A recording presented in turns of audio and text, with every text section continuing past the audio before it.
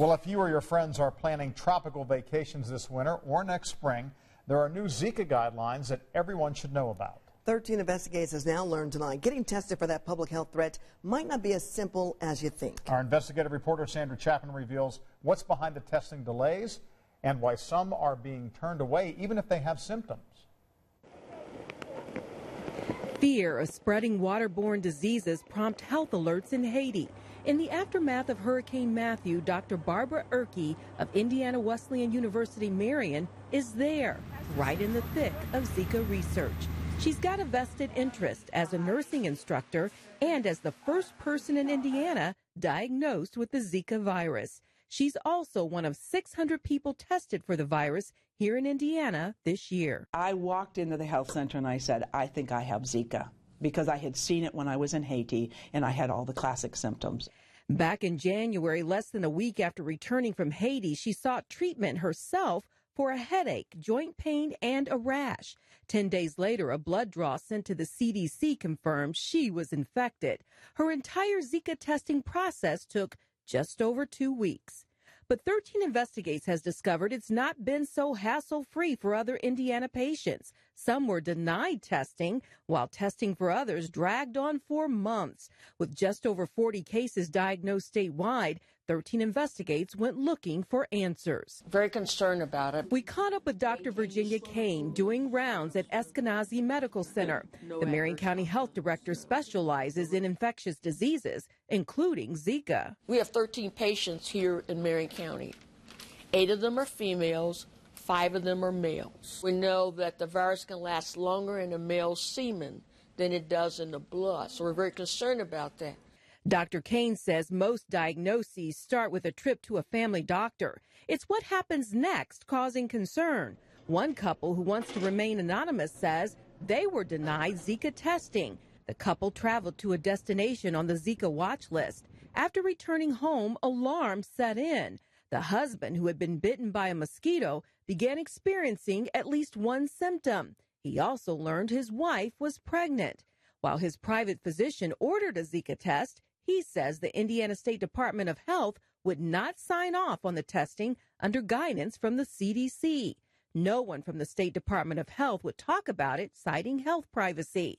Dr. Kane, who is familiar with the process, revealed why some are being turned away. So just the fever alone will not trigger a test just because you've traveled to a country and you may have been bitten by a mosquito. You have to have at least 2 or 3 of the symptoms. And that's not just a requirement in Indiana. It's happening nationwide.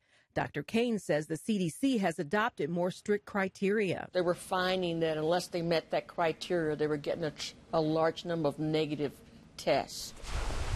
And then there's the case of a 44-year-old non-pregnant Hamilton County woman who got sick after being bitten by a mosquito during a Jamaican vacation in March. 10 days after returning home, she suffered an elevated fever, aching joints, and a rash. On April 5th, her doctor ordered 2 Zika tests and sent her to her county lab. When she got there, the county said it was not equipped for testing. It had to be coordinated through the state. Not even an independent lab was prepared for the test. A week later, she made contact with the state but was told they would have to coordinate with the CDC. In fact, no one had a test for her to take for the next 16 weeks. That's right. 16 weeks passed before the state health department called to tell her she could finally go get tested for Zika. She went to a lab August 1st. She had no idea the CDC contacted the state about her results August 4th. The CDC turnaround was in keeping with its 3-day promise. But no one bothered to call her. Hamilton County was alerted to the results 12 days later on August 16th. Finally, the next day, she was notified. The test marker was positive for Zika. So from March to August to find out that she was positive for the Zika virus, does that seem like an abnormal amount of time to take to...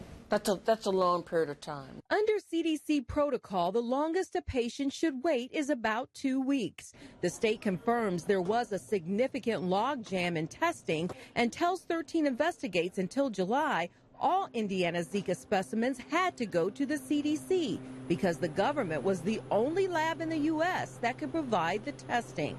In addition, the Department of Health says it is only offering one kind of test, and that has drastically reduced delays in the process. Dr. Kane says Zika is frightening enough without testing delays, especially for pregnant moms worried about their babies. That's devastating to families. So far in Marion County, none of the Zika cases have resulted in any adverse effects. 3 of the 4 pregnant moms diagnosed have given birth, and their babies show no signs of Zika. The county will continue to monitor the babies over the next 12 months. So far, all of Indiana's Zika cases are travel related. The State Department of Health has received more than $4 million to help diagnose and test for Zika. The agency says in addition to the logjam, some past delays were caused by providers not following guidelines. At least 3 Marion County men diagnosed with Zika are helping the CDC now by providing samples. Back to you. Sandra.